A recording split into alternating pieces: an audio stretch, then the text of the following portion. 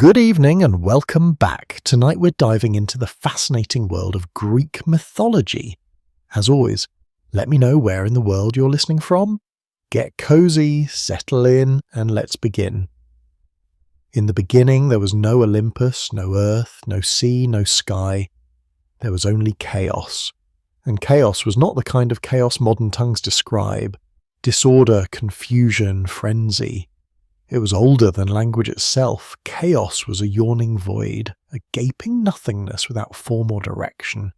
It was not evil, nor good, nor even neutral. It simply was. From that ancient nothing came the first stirrings of existence. Gaia, the earth vast and unshaking. Tartarus, the abyss beneath the earth, dark and dreadful. And Os, the force of love and desire. The binding agent of all future creation. These were not gods as we think of them, not yet, but elemental truths given form. Then came Nyx, the night, clothed in a shadow so thick even chaos recoiled. She was followed by Erebus, the darkness of the underworld, who would dwell beside her in that early silence. From the union of night and darkness came ether, the pure upper air breathed by the gods, and Hera, the day, who from the beginning was fated to chase her mother endlessly across the sky. Thus the cycle of night and day was born not through science, but through myth, through a family of strange invisible titans who lit and dimmed the sky with each passing hour. Gaia, the earth herself, did not lie idle. She was patient and fertile, and from her own body she brought forth Uranus, the sky vast and star-strewn. He was both her son and her consort, and when he arched over her, stretching across the heavens, the world found its first shape, a domed sky above a broad and endless plain. Gaia also birthed the mountains, tall and wild, and Pontus the sea, who surged with a will of his own before ships or sea monsters ever touched his waters. Together earth and sky became the first great pair, and their union brought forth the Titans, the first generation of powerful beings who would rule the cosmos long before Zeus and his kin rose to power. There were 12 Titans in all, 6 sons and 6 daughters, each vast and elemental in their own right. Oeanis, the encircling river, Hyperion, the lord of light, Coel, the inquirer, Cus, the constellation bearer, Iapetus, the ancestor of men, and Cronus, youngest and most cunning. Among the daughters, Thea, shining mother of the sun and moon, Rhea, future mother of gods, Thais, embodiment of divine law, Mnemosyne, the memory of all things, Phoebe, the radiant one, and Tethys, the nourishing sea. But Gaia's womb was not finished with them. She bore monstrous children as well, beings of strength and dread. First came the Cyclopes, Brontes, Steropopes, and Argus, each with a single eye burning like a forge in the centre of their brow. They were the smiths of lightning, strong and simple, and they feared no god nor giant. Then came the Hecatoncheires, the 100-handed ones, each of them enormous and terrible to behold, with 50 heads and 100 arms each, capable of stirring the very foundations of the world when enraged. Uranus, though lord of the sky, trembled at the sight of these monstrous offspring, ashamed and frightened by their grotesque strength. He forced them back into Gaia's womb, the depths of earth itself, and sealed them there, hidden away beneath layers of rock and grief. Gaia groaned beneath their weight. The earth, once proud and nurturing, now suffered with every breath. It was in this pain that she began to scheme. But that is a story for another day. For now, remember this: in the oldest age, before law or justice, before sword or plough, the world was made not with hands, but with force and union and grief. Chaos birthed the first forms, but it was Gaia, the great mother, who gave them ground to stand upon. The union of Gaia and Uranus, Earth and Skiae, was the first great marriage of the cosmos.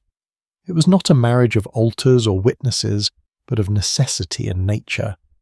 The sky stretched over the earth, holding her tightly, pressing her beneath his star-stewed body night after night. From their joining came the Titans and other mighty offspring, but also a deep and growing sorrow. For Uranus, though proud and vast, was a jealous and fearful father. He saw in the monstrous children Gaia bore not strength, but a threat to his dominion. He looked upon the Cyclopes and the 100-handed giants with revulsion, not wonder, and with swift, cruel judgment he thrust them back into Gaia's womb, deep into the belly of the earth, where no light reached and no voice could echo. Gaia groaned beneath their weight.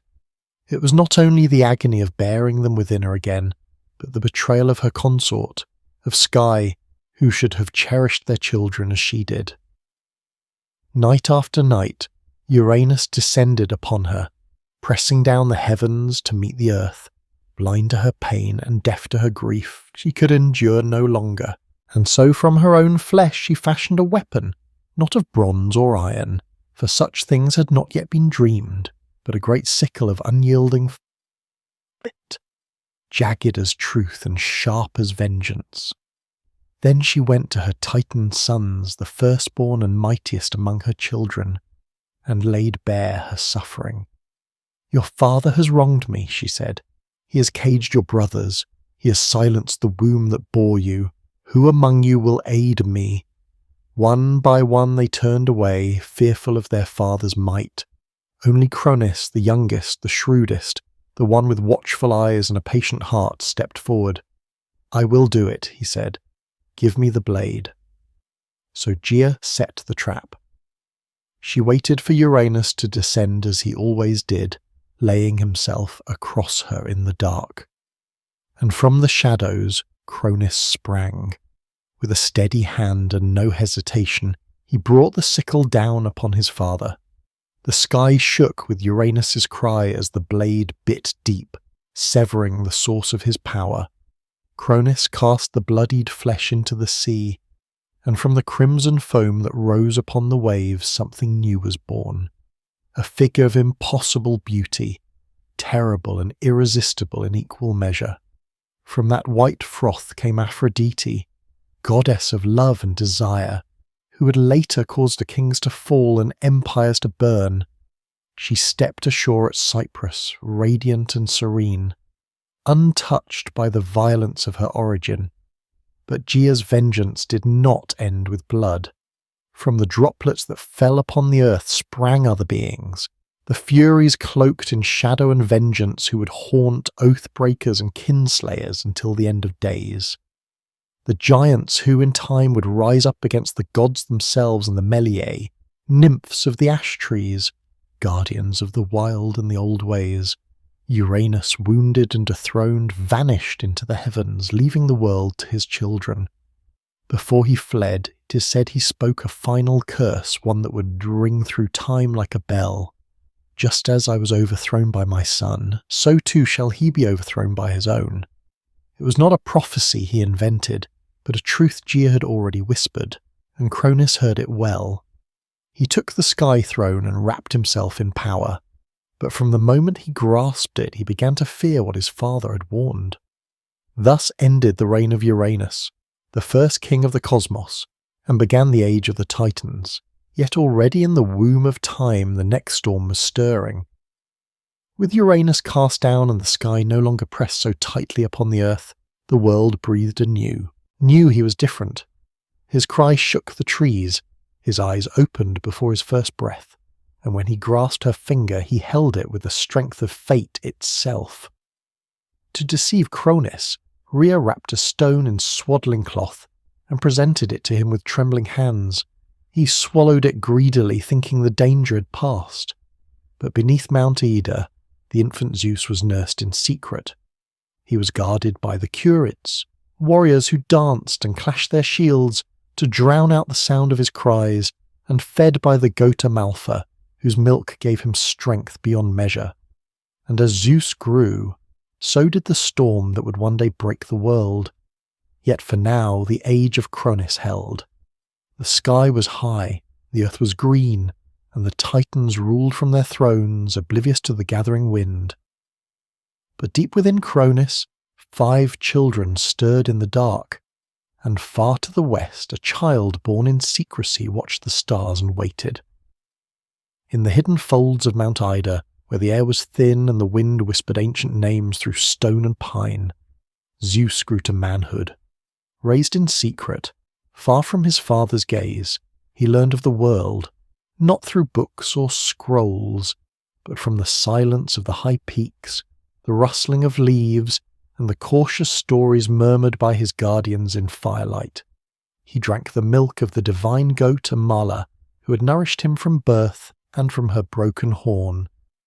Torn by accident or omen was born the cornucopia symbol of endless bounty. When Amala died, Zeus hung her hide among the stars in her honour, and her memory became part of the sky he would one day command. But he was not born to stargazing or solitude. The blood in his veins was thick with prophecy, and his bones carried the weight of rebellion.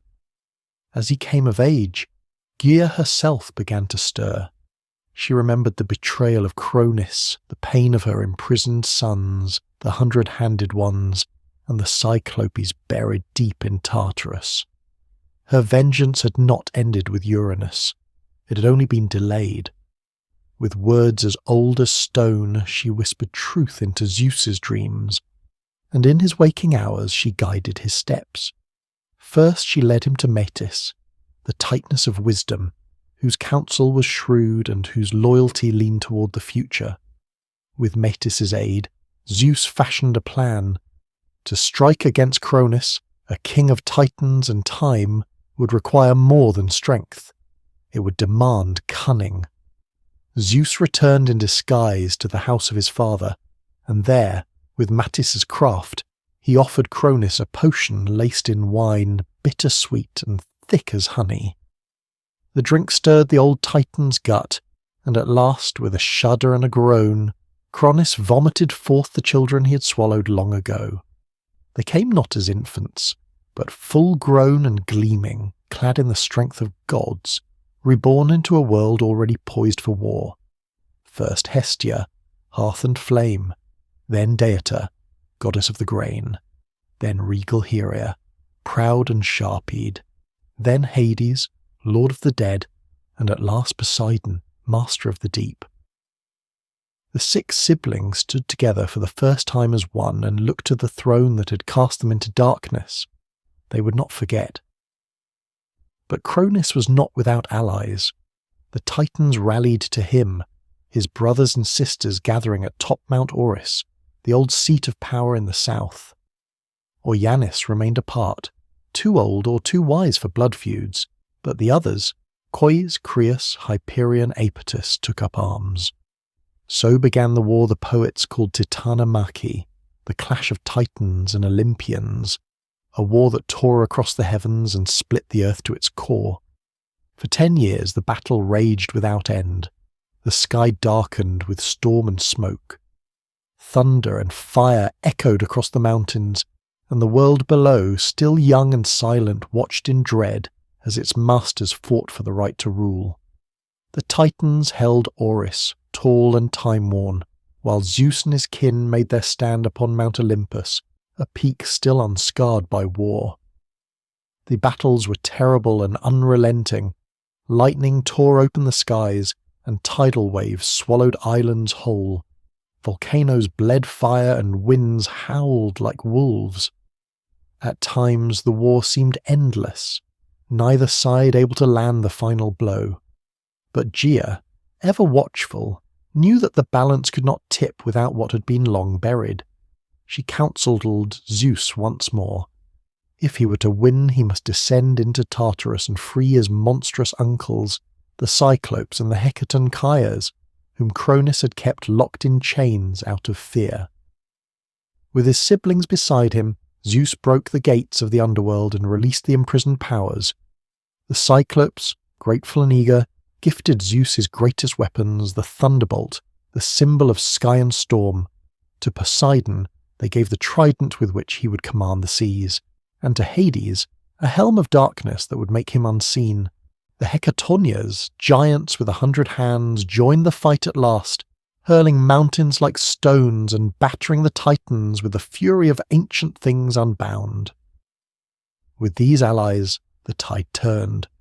The Olympians pressed forward with a fury no Titan could match. Cronus, proud and unyielding, fought to the last, but the prophecy as always unfolded without mercy. The Titans fell. One by one they were driven down, cast from the high places of the earth. Zeus did not slay them. He imprisoned them as his father had done before. Deep into Tartarus they were hurled, bound in chains forged by the 100-handed ones behind bronze gates that would never rust or break. Only a few escaped that fate. Prometheus and Epimetheus, who had sided with the gods, and Thais, who foresaw the justice of their rule. So ended the reign of the Titans. The sky cleared, and the world, scarred by fire and war, began to heal. The throne passed to Zeus, not by birthright, but by might and wisdom and fate fulfilled. Yet even as he claimed the heavens, the shadow of Cronus's curse lingered behind him, like the echo of an old song.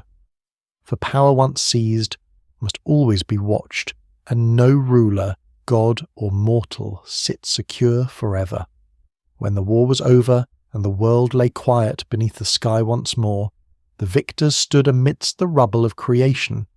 The Titans were chained in the depth of Tartarus, their groans swallowed by that black abyss from which no echo returned. The old order had been broken, but with the storm of war ended, the gods faced a new challenge, perhaps greater than any battle to rule. For conquest may be won with fire and fury, but rule demands judgment, patience, and division. The world was wide and wild and filled with powers both known and yet unnamed. It could not be held by one alone. Zeus, eldest among the gods now born again, stood at the centre of this new age. Though not the firstborn, he was first in might, first in cunning, and first to move when action was demanded. But the old laws carved not on stone, but into the bones of the cosmos itself did not grant him sole dominion. He had 2 brothers, both tempered by war and made strong in their own right. Poseidon, who had driven the sea to foam in his wrath, and Hades, who had worn the helm of darkness and moved unseen through battlefield and cavern alike. They too had shed blood, taken risks, and suffered loss. The throne of the cosmos could not belong to Zeus alone, lest the seeds of war be sown anew, this time among brothers. And so the 3 gathered, Zeus, Poseidon, Hades, and cast lots to divide the realms of the world. Not through bickering or force, but by fate itself did the dice fall. This was no child's game. The casting of lots was sacred, guided by the same power that had spoken through Gaia's whispers and shaped the course of the Titanomachy. They threw the bones and waited. When they landed, the world was drawn into 3 great dominions. To Zeus fell the sky, the broad heavens, the air between stars and peaks.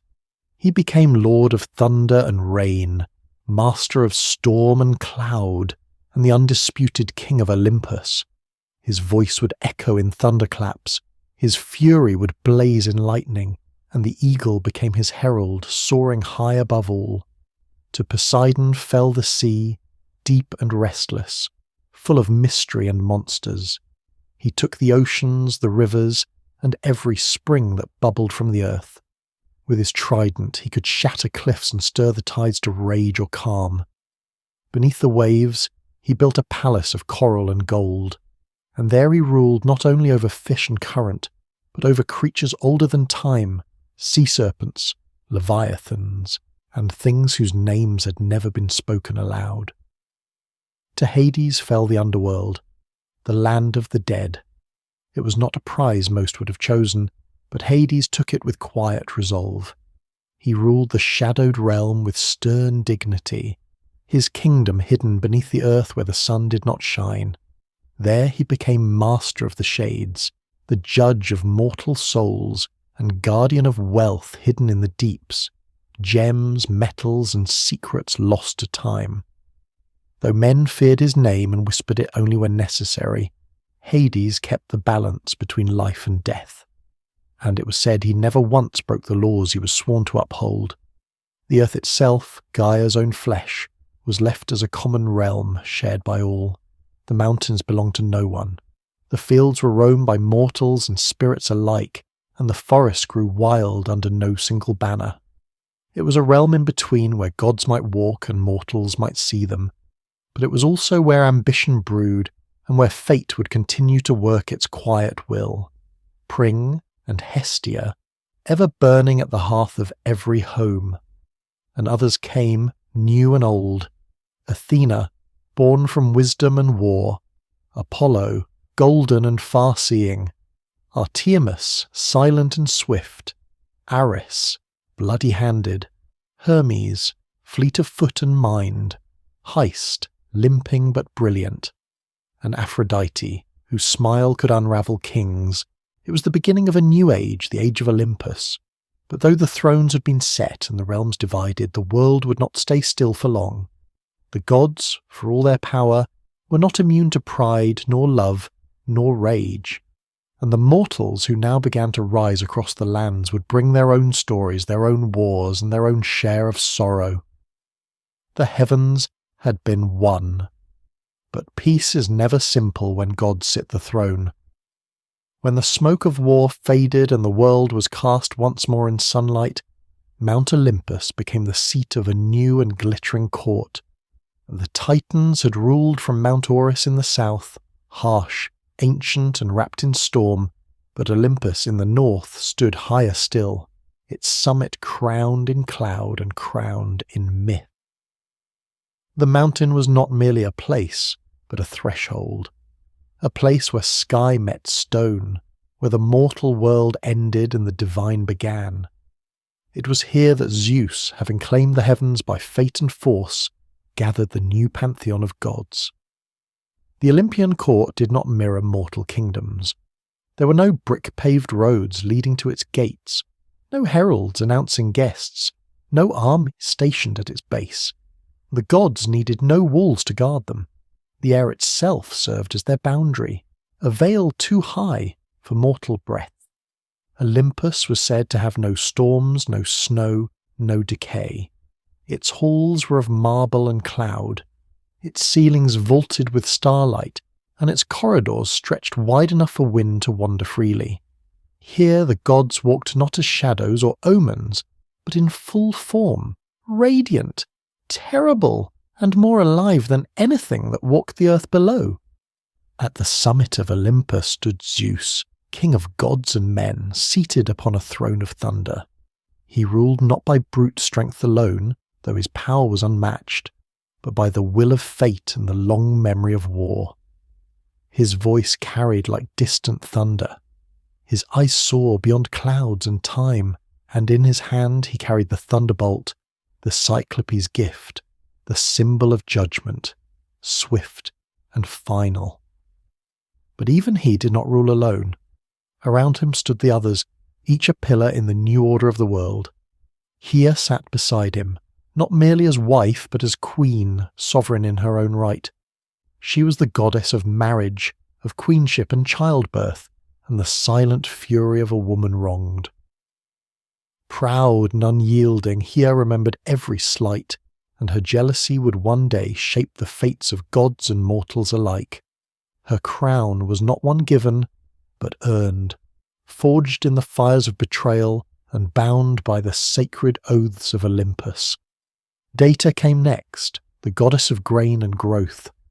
Where her feet touched the earth, the soil softened and seed stirred. Her presence brought harvest and plenty, and without her the fields grew barren. She did not sit high among the thunder and marble, but walked often in the world below, watching over the ploughmen and mothers who whispered her name at dawn.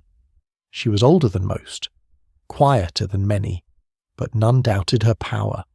Then there was Hestia, goddess of the hearth, the firstborn of Cronus and Rhea, and the last to be freed from her father's belly.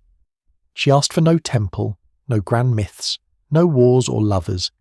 She tended the eternal flame in the centre of Olympus and watched over every home and hearth on earth. Her power was gentle but ever present for as long as fire burned in a household. Hestia lived there too. The younger gods came in time, some born in Olympus, others delivered by strange means. Athena was first among them, born not of womb, but of wisdom. When Zeus swallowed Mattis, fearing her unborn child would surpass him, he thought the matter ended. But Mattias did not die. She lived within him, whispering, scheming, crafting knowledge in the dark. One day Zeus groaned in agony, and with a blow to his skull Athena sprang forth, fully grown, clad in bronze, spear in hand. Her eyes clear and sharp as flint. She became goddess of wisdom, strategy, and just war. A virgin warrior with no patience for frivolity. Apollo and Artemis came next, twins born of Leto, a titaness who wandered long and weary to find a place to give birth. No land dared offer her sanctuary, for Here's wrath was vast and vengeful. At last the floating island of Dos accepted her, and there she bore her children. Apollo, golden-haired and bright, became the god of light, prophecy, music, and healing. His sister, Artemis, swift and silver, was goddess of the hunt, of wild things and moonlight. Together they marked a new generation of gods, restless, radiant, and intimately tied to the mortal world. Then came Ares, god of war and slaughter, son of Zeus and Hera, but beloved by neither. He was strength without discipline, rage without cause, and though his name was feared, he was not often honoured. War followed him like a shadow, and he gloried in its chaos, but he was often bested by cunning and wisdom. His opposite was Histus, the lame god of the forge, master of craft and flame. Born of Hera alone or thrown from Olympus by Zeus, both tales are told. He found solace in metal, building wonders with hammer and fire. From his hands came armour, palaces, and automatons. Though limping and twisted, he was among the most indispensable of the gods. Aphrodite, goddess of beauty and desire, arrived not by birth, but by foam, born of Uranus's severed flesh cast into the sea. She rose from the surf at Cyprus, as beautiful as she was dangerous. Love, lust, jealousy, and ruin followed her wherever she went. Even Zeus could not command her fully. She bound gods and mortals alike with a glance. And though she smiled often, it was never without consequence. Hermes, the trickster and herald, came last of this early court. Son of Zeus and the nymph Maia, he moved swiftly between worlds, winged sandals at his feet and a mischievous grin on his lips. He stole Apollo's cattle on the day of his birth, sang a song to cover the theft, and made himself indispensable before he could walk. He became the messenger of the gods, guide of souls, patron of thieves and travellers. Where Hermes went, borders dissolved. This was the Olympian court, a gathering not of saints, but of powers. Raw, flawed, radiant, and vast, they quarrelled as siblings do, took sides in mortal affairs, fell in love, betrayed each other, waged petty rivalries, and enacted divine justice. Above all, they ruled from Olympus. They watched the world below and shaped it to their will. The age of Titans was gone, but in its place came an era of stories of gods who walked among men, of heroes born from their unions, and of a world forever changed by the hands of the divine. The world had its rulers now, but peace, as ever, was a fragile thing, and fate had not yet spoken its last word. Long before men raised cities of marble or carved their prayers into stone, there were no humans upon the earth. The gods ruled alone, their courts high upon Olympus, their domains vast and varied. The world beneath them was green and wild, teeming with beasts and silent mountains. But there were no hands to till the soil, no voices to sing to the stars, no fire to warm the night. It was Prometheus, a titan of the old blood who first imagined the shape of man. He was no friend to Cronus, nor was he ever counted among those chained in Tartarus. During the War of the Titans, Prometheus had sided with Zeus, not out of love or loyalty, but out of foresight, for he bore the gift of prophecy, and he knew which way the storm would break.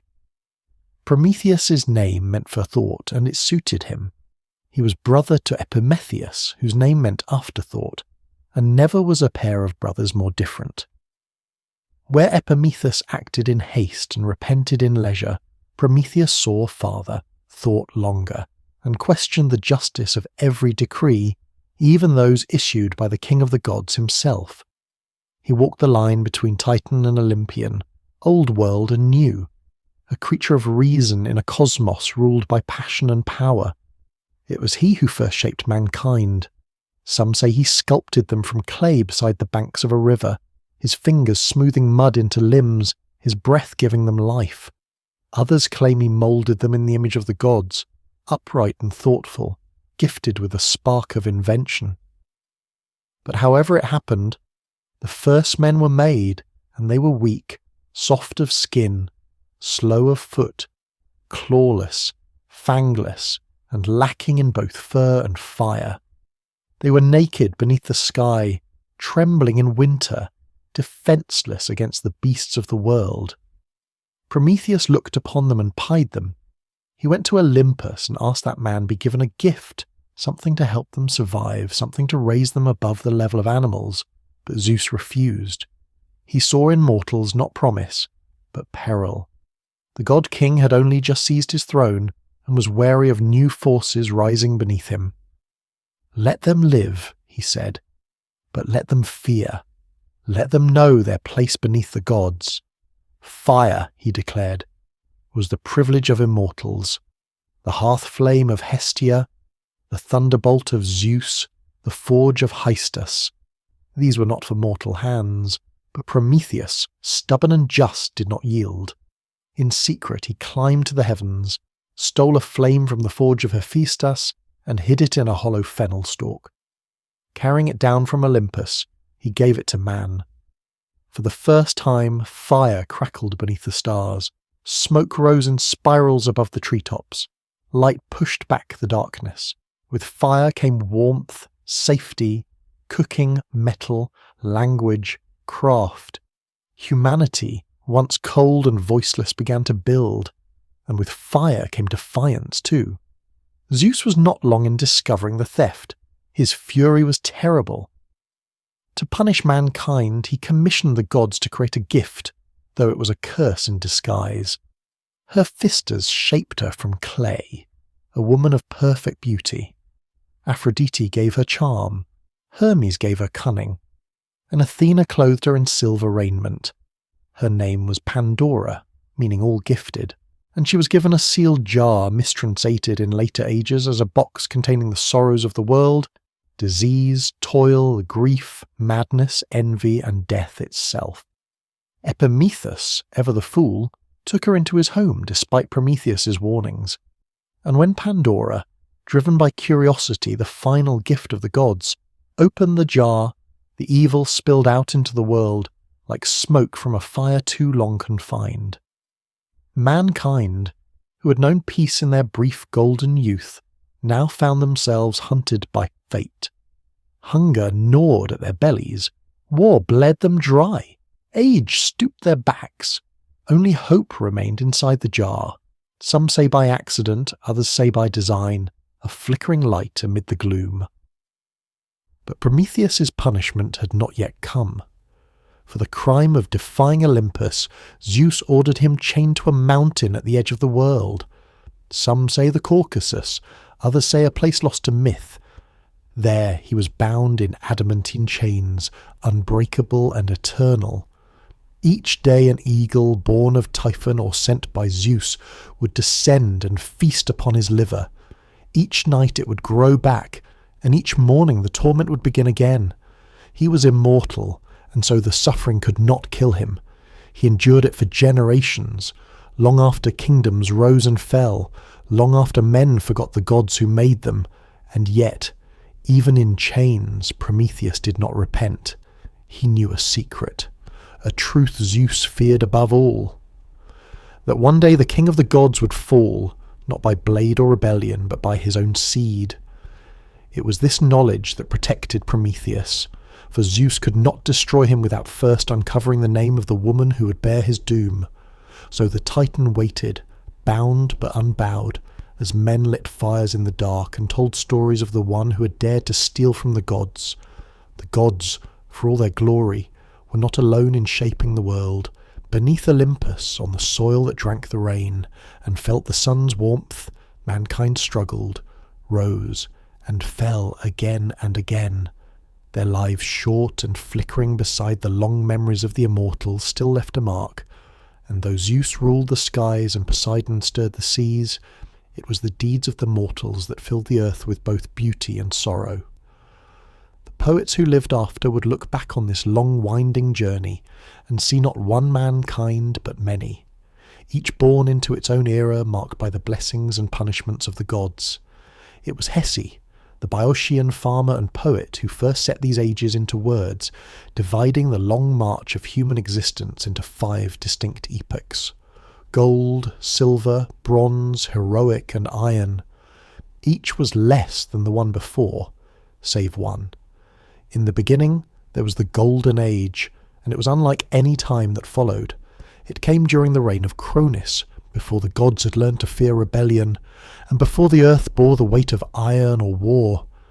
In those days, men lived like gods themselves, free from pain, untouched by age, and unburdened by toil.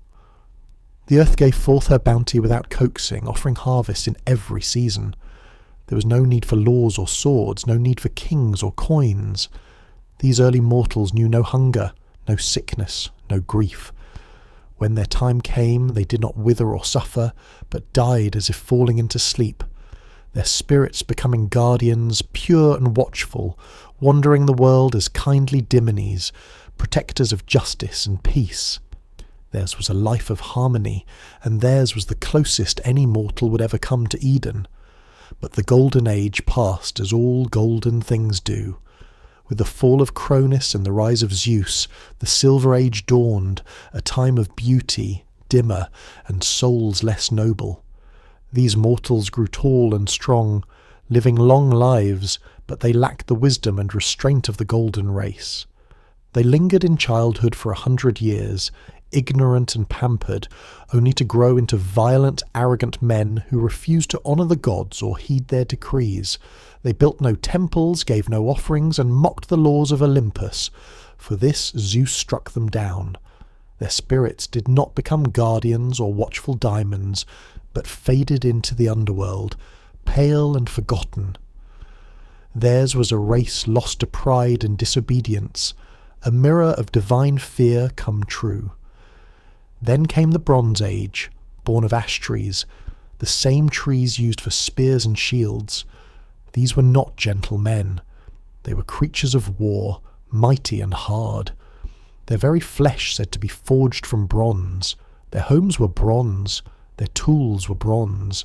Their hearts seemed cast from the same metal. They lived for battle and died by it, sowing the world with blood and ash.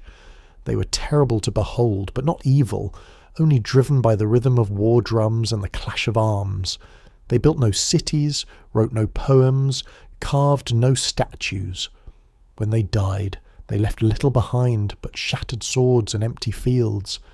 Even the gods did not mourn their passing. They sank into Hades without echo or prayer. Yet not all decline is steady. From the blood and smoke of the Bronze Age rose a brief and brilliant light, the heroic age, a time unlike any other. It was not part of the descent, but an interlude of glory before the fall. These mortals were greater than those who came before or after. They were the demigods, the sons and daughters of gods and men. They built cities, sailed seas, and carved their names into the memory of the world.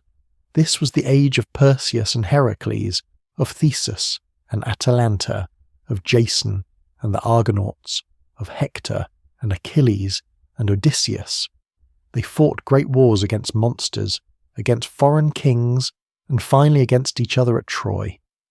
Many died young, and many more died forgotten, but their stories lingered, carried in song and stone, in epics and prayers. Some were granted a place in the Isles of the Blessed, far beyond ocean's edge, where heroes dwell in peace and sunlight forever. The heroic age did not last, but while it burned, it lit the world. And then came the age that Hesiod called his own, the Iron Age, where we still dwell.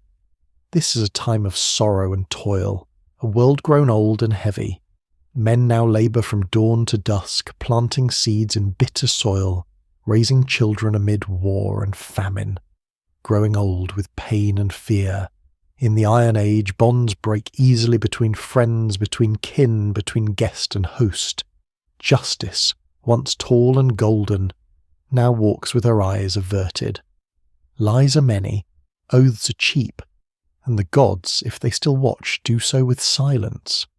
In this age, mortals build towers, but forget their ancestors. They chase gold and power and cut down the forests that fed them. It is an age of struggle, and it is said that one day even this will pass. One day, the gods will turn their backs entirely. One day, Zeus will cast down his thunderbolt, and humankind will vanish like smoke on the wind.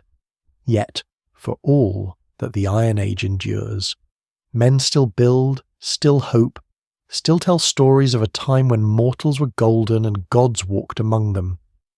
And perhaps that hope, fragile though it is the one gift Zeus did not take back when Pandora opened the jar.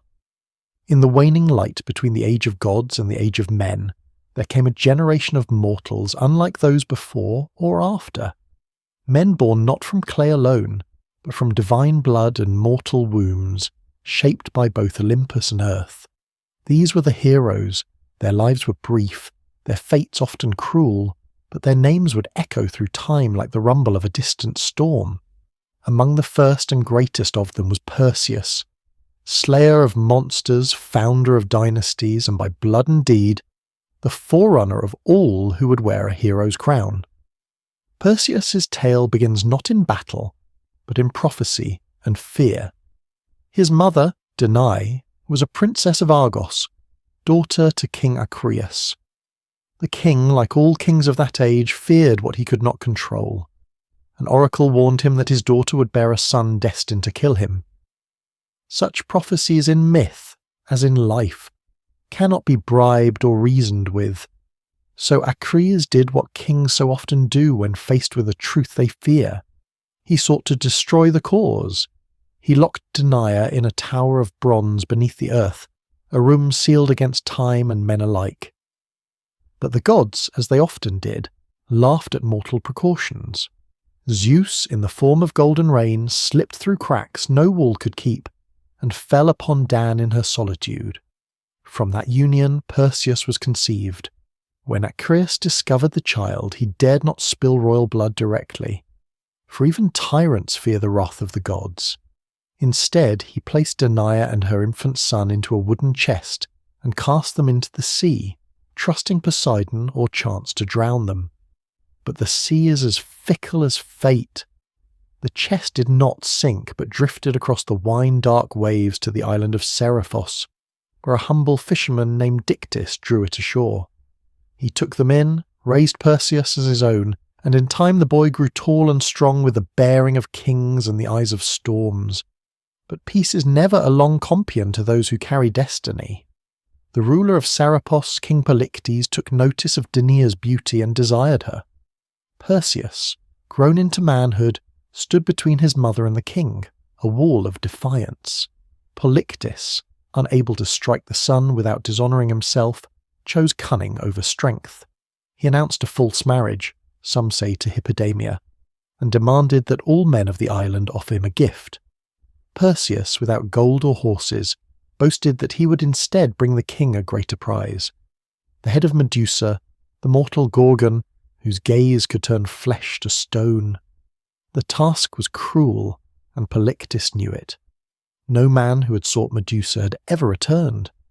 She was one of 3 Gorgon sisters, born of ancient sea deities, hideous and winged. their heads wreathed in snakes, their eyes cursed. Only Medusa was mortal, her sisters were immortal, and none could be approached without peril. But the gods, who watched the world with curious eyes, favoured Perseus. Athena, born from her father's head and never one to forget a slight. Medusa, after all, had once been a maiden in her temple, until Poseidon's violence and pride had defiled it, lent her shield to the young hero. It was polished like a mirror, and in its reflection one could look upon a Gorgon without meeting her gaze. Hermes, swift and shrewd, gave him a curved sword and winged sandals to fly and directed him to the Graeae, the grey sisters who shared a single eye between them and knew the secret path to the Gorgon's lair. Perseus, through wit and will, stole their eye and bargained for the truth. They told him of the nymphs who kept the sacred items he would need, the helm of Hades, which made its wearer invisible, Archebissus, a magical sack to contain the Gorgon's head, and knowledge of the place beyond ocean's edge, where night never lifts, and the Gorgons sleep among ancient stone. Armed with these divine gifts, Perseus flew over sea and desert until he reached the ends of the earth.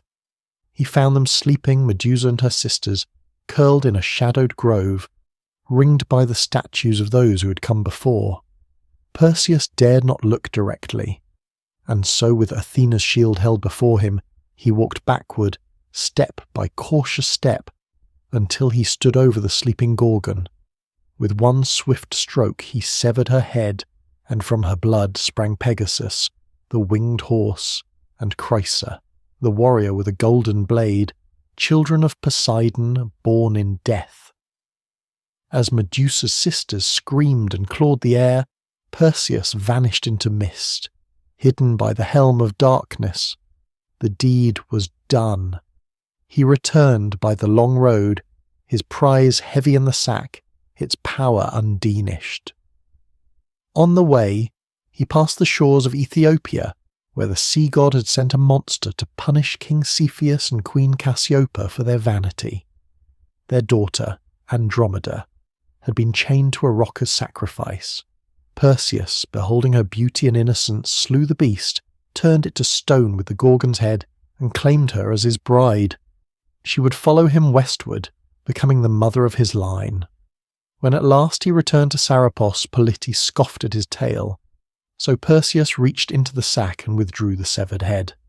The king and his court were turned to stone where they stood.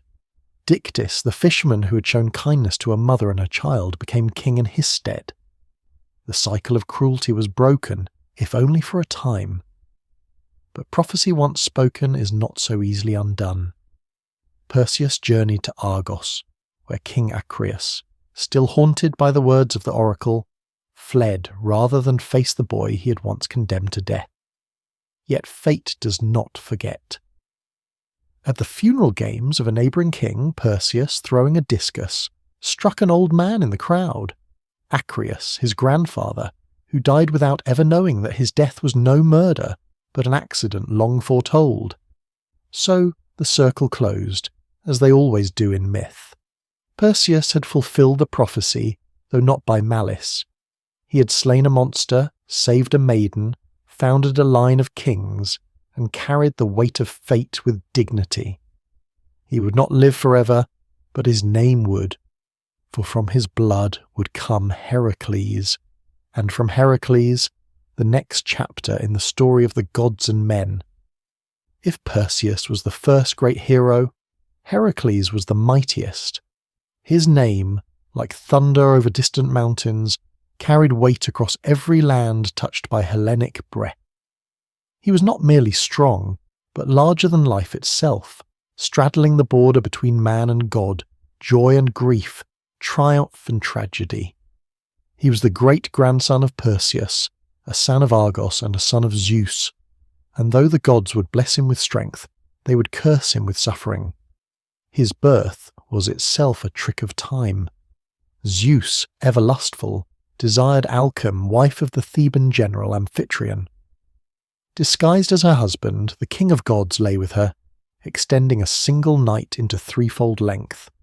From that union came Heracles, and from Amphitryon a twin. Aephilas, mortal and unbed. Hera, as always, watched from her throne with a cold and bitter eye. She knew her husband's ways, and she knew too well the threat that this child, half god though he was, might one day pose to her own dominion. Even in the cradle, Heracles bore the mark of the divine. Hera, seeking to destroy him early, sent 2 serpents into the nursery to strangle the infant. But the child reached out with plump hands and throttled them both, one in each fist, before any nurse could scream. From that moment, his fame began to grow. As a youth, he trained in all the arts befitting a nobleman: music, archery, wrestling, and chariot driving. Yet there was something wild in him, a restlessness of soul that no lyre or tutor could tame. Manhood brought him both love and ruin. He married Megara, daughter of the Theban king Creon, and for a time lived in peace, fathering sons and defending his city. But Hera had not forgotten. In a fit of divine wrath, she clouded Heracles' mind with madness. Raging through his own halls, he slew his wife and children with the same hands that had once cradled them. When the madness passed and his vision cleared, he beheld the blood and ruin of his own house. His cries reached Olympus, but no god answered. To atone, he sought out the oracle of Delelphi. The Pythia, speaking in riddles, told him he must submit to the will of Eurystheus, king of Tiryns, his cousin, lesser in strength but greater in fate. Only through servitude, through suffering, could Heracles earn redemption. Thus began the 12 labours, deeds so great and terrible that even the gods took notice. The first labour was to slay the Nemean lion, a beast whose golden hide could not be pierced by mortal weapons. Heracles cornered it in its cave and strangled it with his bare hands. He flayed the beast using its own claw, and wore the skin as armour thereafter. A second hide to shield him from the world. The second was the Leonhydra, a serpent with 9 heads, 2 of which would grow back for everyone severed. Heracles battled it in the swamps, aided by his nephew Iolaus, who categorized the stumps as they were cut. From the last head, immortal and venomous, Heracles harvested its ichor and dipped his arrows in it, making them deadly even to gods. The third labour was the capture of the Cerenian hind, a golden-horned deer sacred to Artemis. Heracles chased it for a year across hills and rivers before gently capturing to live, earning the goddess's reluctant approval. The fourth labour led him to the Erymanthian boar, a monstrous beast of the wild. He wrestled it in the snow-covered heights of Arcadia and dragged it back to Tiryns bound in chains, laughing as Orestius hid in terror inside a bronze jar. The fifth task was less glorious, to clean the Augean stables, home to thousands of cattle untouched by broom or shovel for decades. Heracles, ever the problem solver, rooted rivers to wash away the filth in a single day. The sixth was to drive away the steelen birds, man-eating creatures with bronze beaks and razor-feathered wings. With the aid of Athena's rattle, he startled them into flight and shot them down from the sky. The seventh labour took him far west to capture the Cretan bull, a beast of divine origin that had fathered the Minotaur. Heracles wrestled it and brought it back alive while the bull's gaze burned with madness and sea salt fury. The eighth labour sent him north to Thrace, where he tamed the mares of Diomedes, flesh-eating horses that gnashed their teeth for human meat. He fed Diomedes their master to them, and the beasts grew docile. The ninth labour required diplomacy and blood. Heracles was sent to retrieve the girdle of Hippolyta, queen of the Amazons. Though the queen agreed to gift it peacefully, Hera spread rumours among the warrior women, and battle broke out. Heracles slew Hippolyta and escaped with the belt. The 10th led him to the edge of the known world to Erythea, where he stole the cattle of Geryon, a triple-bodied giant. He built the pillars of Heracles at the Strait of Gibraltar and fought the giant, his herdsman, and his hound all at once before driving the red cattle back across continents.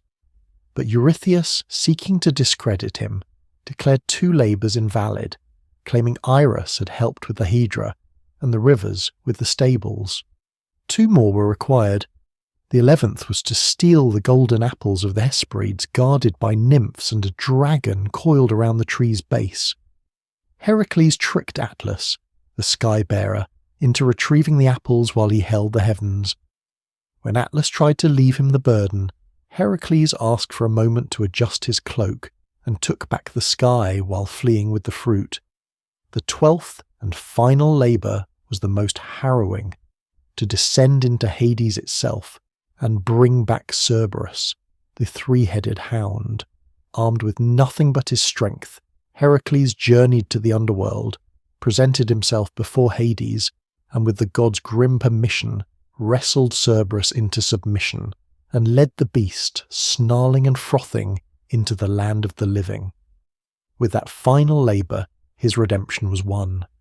Yet Heracles' life was not yet at peace. He fought more battles, took new wives, and fathered many children. But Hera's hatred endured. In the end, it was not blade or monster that killed him, but the poisoned blood of the centaur Nessus smeared upon a tunic gifted by his wife, Deianira, who believed it love charm. As the poison burned through his flesh, Heracles built his own pea upon Mount Ida. No mortal dared light it until Philoctetes, a simple shepherd, stepped forward. For that, he was given the hero's bow. Heracles was consumed by flame, but in death, he was reborn. Zeus lifted him to Olympus, where he was granted immortality and married to Hera, goddess of youth. He became not just a hero, but a god. His labours born of grief and guilt became the very measure of heroism. Where others were remembered in story, Heracles was remembered in shrines, in games, and in the hearts of men who, though mortal, dared to dream of greatness. If Heracles was the greatest of Greek heroes, then Theseus was the most political, the most cunning, the most human. He was not merely a slayer of beasts or a breaker of curses. He was a builder of cities, a weaver of laws, and the founding spirit of Athens, the city that would one day name itself the cradle of civilization. His story is tangled with myth and memory, with the thunder of heroes and the whisper of politics. In him lived both brute strength and bright reason, the dual spirit of a nation that worshipped Athena, with spear in hand and olive branch on the brow. Theseus was born of 2 fathers, King Aegus of Athens and Poseidon, god of the sea.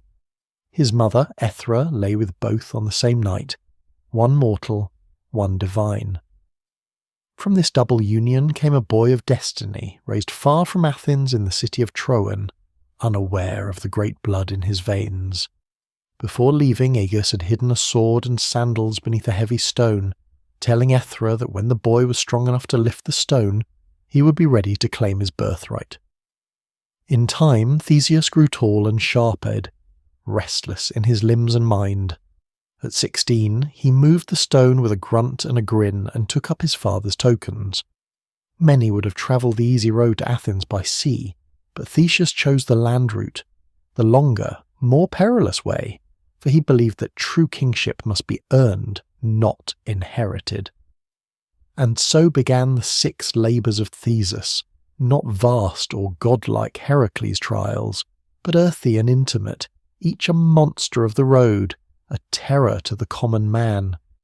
He defeated Periphes, the club-bearer, taking his weapon as a symbol. He slew Sinis, who tied travellers to bent pine trees and tore them in 2. He pushed Siren from the cliffs into the sea, ending the reign of a man who forced passers-by to wash his feet, only to kick them to their deaths. He overcame Tertian the wrestler by outmatching brute force with technique and Procrustes, who made beds fit travellers by stretching or cutting them, found his own death in the same iron frame. Theseus did not just survive. He cleaned the land as he passed through it, paving the way for Athens itself to rise. When he arrived in Athens, King Aegeus did not recognise him. The Queen Medea, now wife to Agus and still seething with old sorceries, saw the threat in the boy and urged the king to poison him. But Theseus presented the sword and sandals, and at the last moment Aegus cast the cup aside, embracing his son before all the court. Joy, of course, never lingered long in myths. Trouble was already stirring in the east. That's the story for now, more to come. Take care, good night and sweet dreams.